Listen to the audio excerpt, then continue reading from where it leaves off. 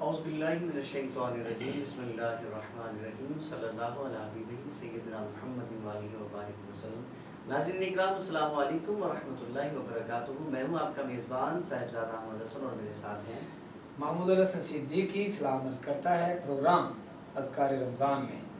जी नाज़रीन इकराम, हर बार की तरह आज भी हम नए मेहमानों के साथ हाज़िर हुए हैं और ऐसी शख्सियत के साथ हाज़िर हुए हैं जिनका मैं तारुफ़ करवाऊँगा।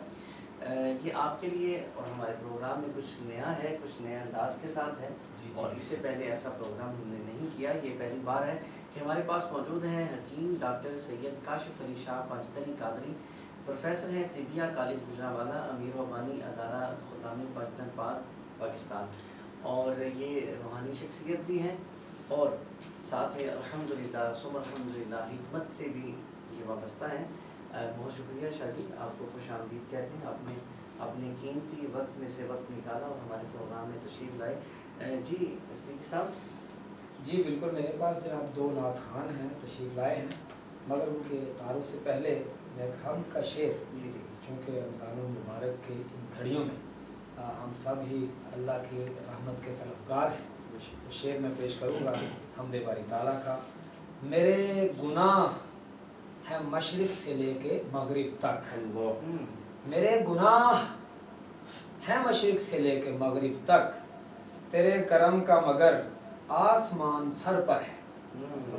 तो इसी हम्द के शेर के साथ मैं आज के दो मेहमान जनाब मोहम्मद आरिफ करीमी, जो जिनका नाम ही काफ़ी है, बहुत जल्द ज़हन में आता है कि ये हमारे नात खान, मारूफ नात खान है, हमारे प्रोग्राम अज़कार रमज़ान में तशरीफ़ लाए हैं, और उनके साथ जनाब आसन रसूल चिश्ती साहब जलवागर हैं। अपनी बारी पर आसन रसूल चिश्ती साहब भी कलाम नात पेश करेंगे और मोहम्मद आरिफ करीमी साहब से भी हम नात या कलाम सुनेंगे। जी आज के हकीम साहब जो बल्कि शाह साहब हमारे प्रोग्राम में तशरीफ़ आए हैं, तो नाज़रीन को क्या आज तिब के हवाले से, जी सेहत के हवाले से, फूड के हवाले से हम नाज़रीन को ज़रूर बताएंगे। नाज़रीन आपको याद होगा गुज़श्ता प्रोग्रामों में सिद्दीकी साहब ने हमें बहुत ज़्यादा इजाज़तें दी थी कि आप समोसे खा सकते हैं, पकौड़े खा सकते हैं। ये सबसे पहले प्रोग्राम में मैंने बात की थी, आपने 3-4 बार की है तो वोटिंग हुई है बकायदा। लेकिन ये प्रोग्राम देखें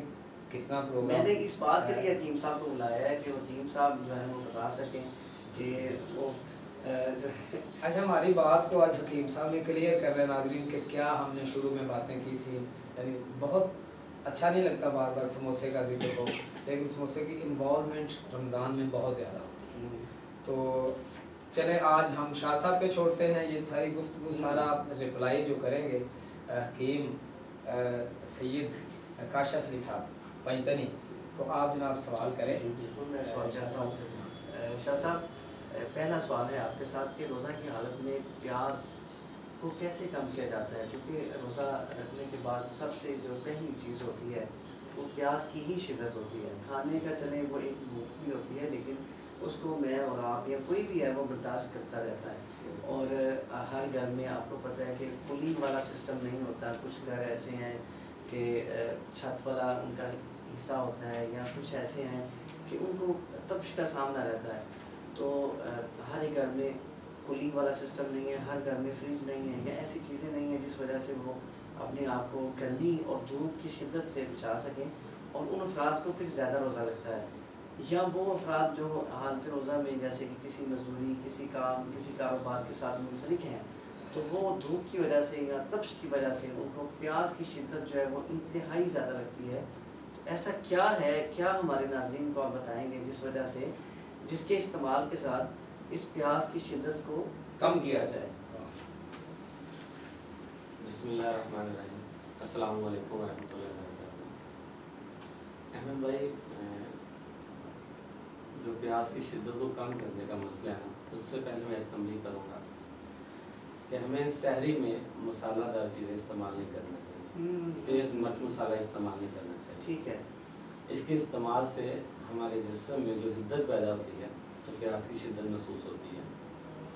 तो इसके लिए बेहतरीन तरीकाकार ये है कि हम सहरी और अफ्तारी में एक कहवा बताते हैं कि वो आप इस्तेमाल करें। उसके इस्तेमाल से जो भी रोज़ेदार होगा उसको प्यास की शिद्दत महसूस नहीं होगी।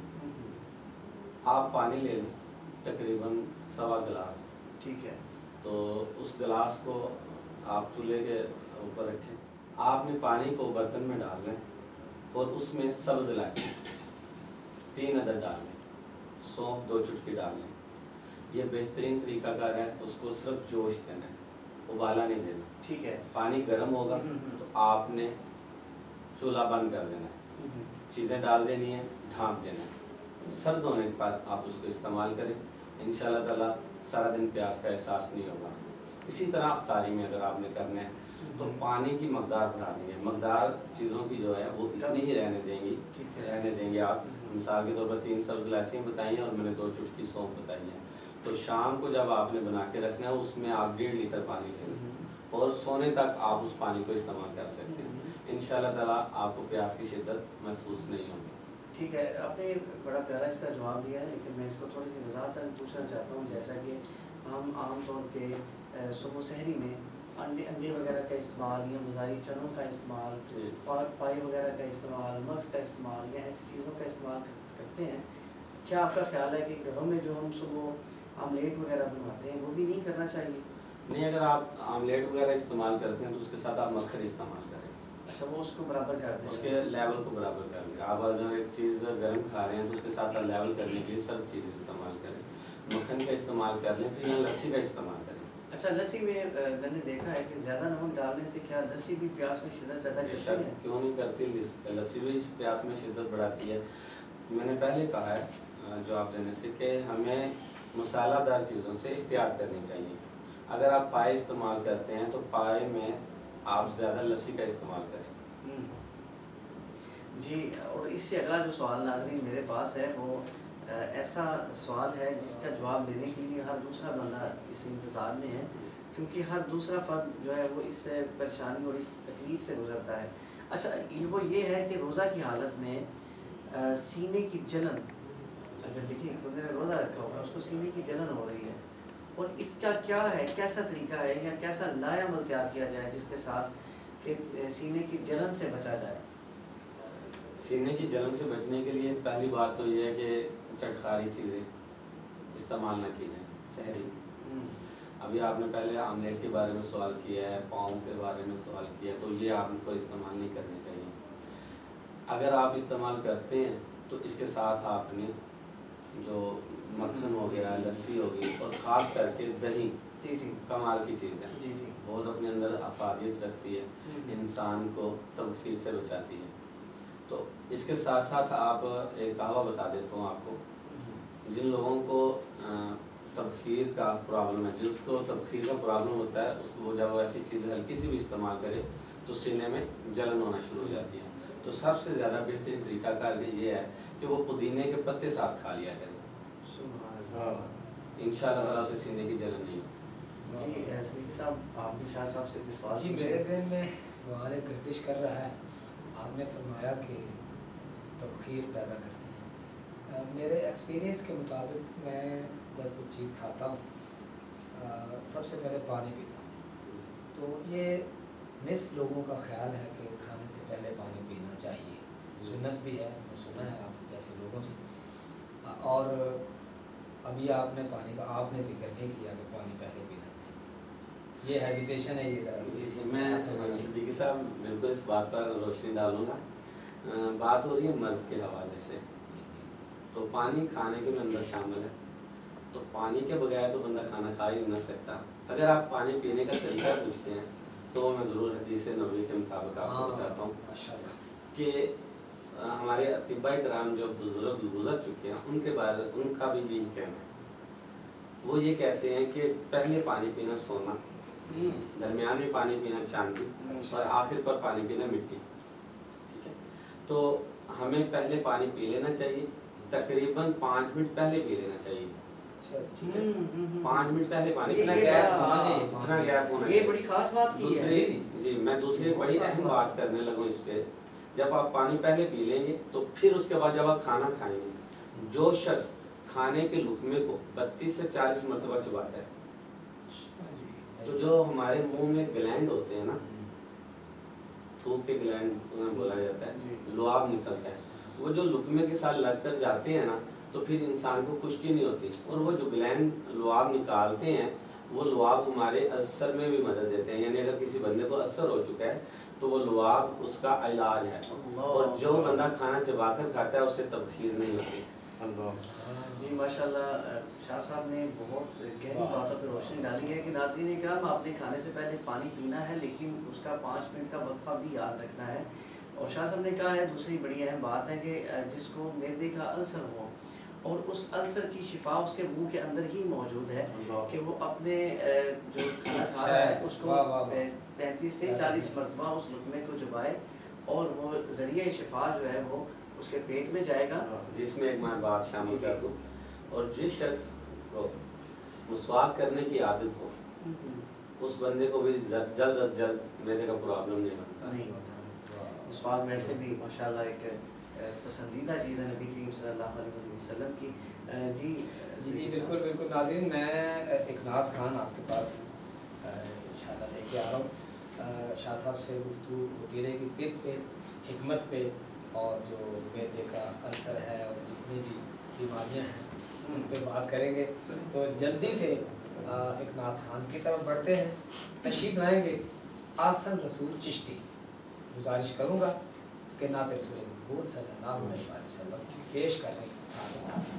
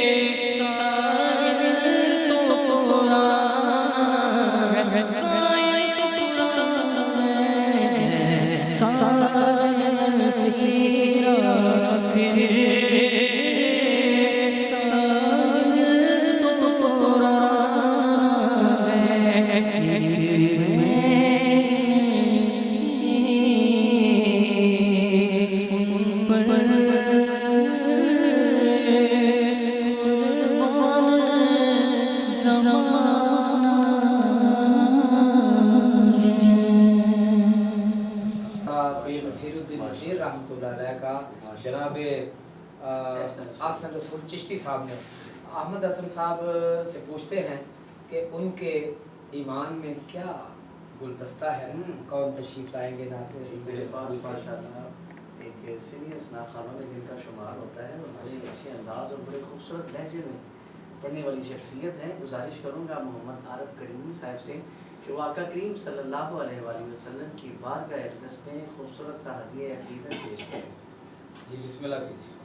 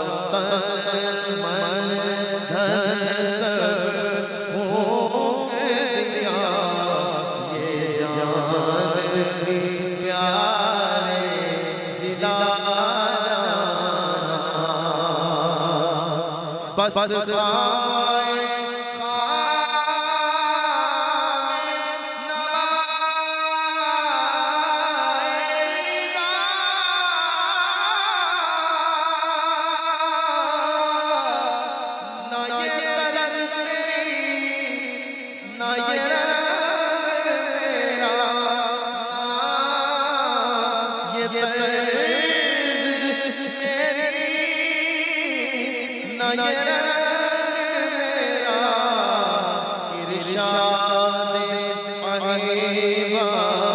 नातिक था लाचार सिरा पड़ा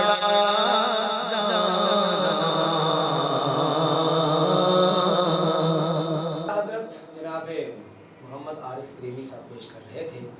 और आसिम भाई, मैं ये सोच रहा था कि कलाम आला हज़रत में क्या चाशनी है, क्या दिल की गहराइयों को ये कलाम छूता है। जी बिल्कुल, उनका इंतखाबी कलाम है कि ये 4 ज़ुबानों में कलाम है और माशाल्लाह बड़ी खूबसूरत अदायगी के साथ, बड़ी खूबसूरत अंदाज के साथ उन्होंने माशाल्लाह पढ़ा है। लेकिन नाज़रीन इकराम, यहाँ पे हमने लेना है एक छोटा सा वक्फा और वक्फे के बाद हम दोबारा हाज़िर होते हैं। आप कहीं ना जाएं।